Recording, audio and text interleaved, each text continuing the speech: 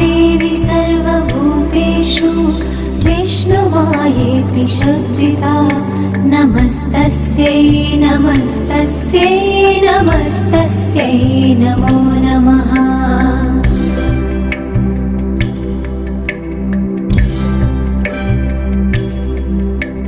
या देवी सर्वभूतेषु चेतनेत्यभिधीयते नमस्तस्यै नमस्तस्यै नमस्तस्यै नमो नमः।